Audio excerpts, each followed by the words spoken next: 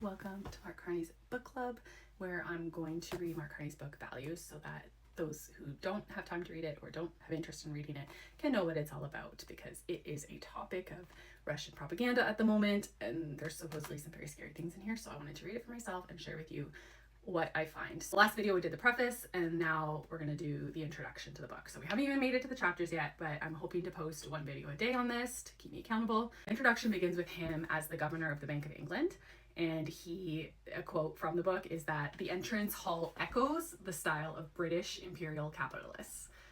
Fun, interesting fact is that there's real gold at the center of the bank. There's 9 bolts, 3-foot steel walls filled with 5,500 tons of gold. And so it's valued at $180 billion, which is 5% of the gold ever mined, which he comments is a vestige of a bygone era when it backed the value of money, gold that is. So he's the governor of the Bank of England as well as Canada. So he comments that as the governor of the banks, he felt the collapse in public trust in elites, globalization, and technology.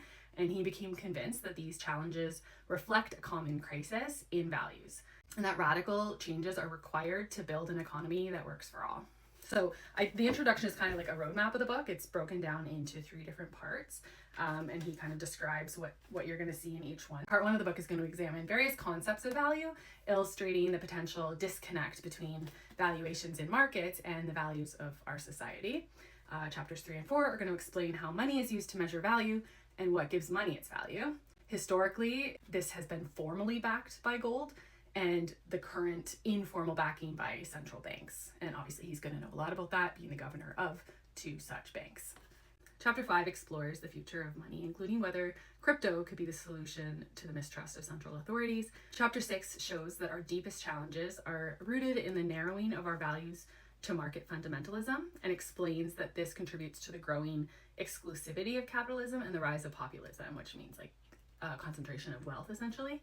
And so we have moved from a market economy to a market society, and this is undermining our basic social contract of relative equality of outcomes, equality of opportunity, and fairness across generations. That's going to be interesting. Part 2 is going to explore 3 most significant crises of the 21st century, and those are credit, COVID, and climate.